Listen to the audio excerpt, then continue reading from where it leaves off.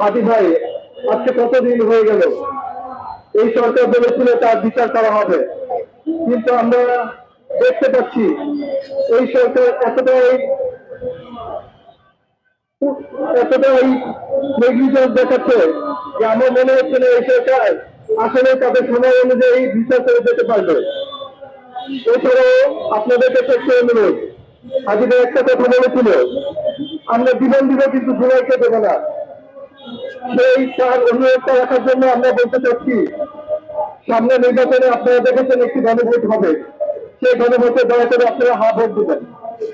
কিন্তু একটা জিনিস আপনাদের বলতে চাচ্ছি, এই সরকার তাদের পোস্টারিং একটা কথা বলছে, যারা নাকি হা ভোট না দিবে তারা হচ্ছে জুলাইয়ের সাথে গাদ্দারি করবে। আমার কথা, জুলাইয়ের সাথে গাদ্দারি কারা করলো?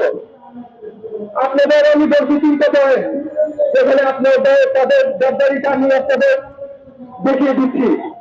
প্রথমত আওয়ামী লীগকে নিষিদ্ধ করা হয়েছে মানবতা বিরুদ্ধে অপরাধের জন্য, এমন কোন ক্রাইম নয় যেটা জনগণের উপর তারা করে নেয় বিগত 15 বছরে। কিন্তু তাদের দুইটি যে জাতীয় পার্টি, আমরা দেখতে পাচ্ছি আওয়ামী লীগকে নির্বাচন করতে না দেওয়া হলেও তাদের দুইটি জাতীয় পার্টিকে ঠিকই নির্বাচনে রেখে দেওয়া হয়েছে।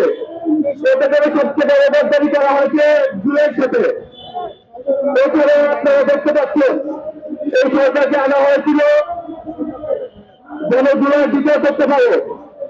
আগের যে সেটা ছিল সরকারের এক্সিকিউটিভে, তাদেরকে এমন করে নতুন সেটা নিয়ে আসতে পারে যেন দেশের দক্ষতা বাড়াবে।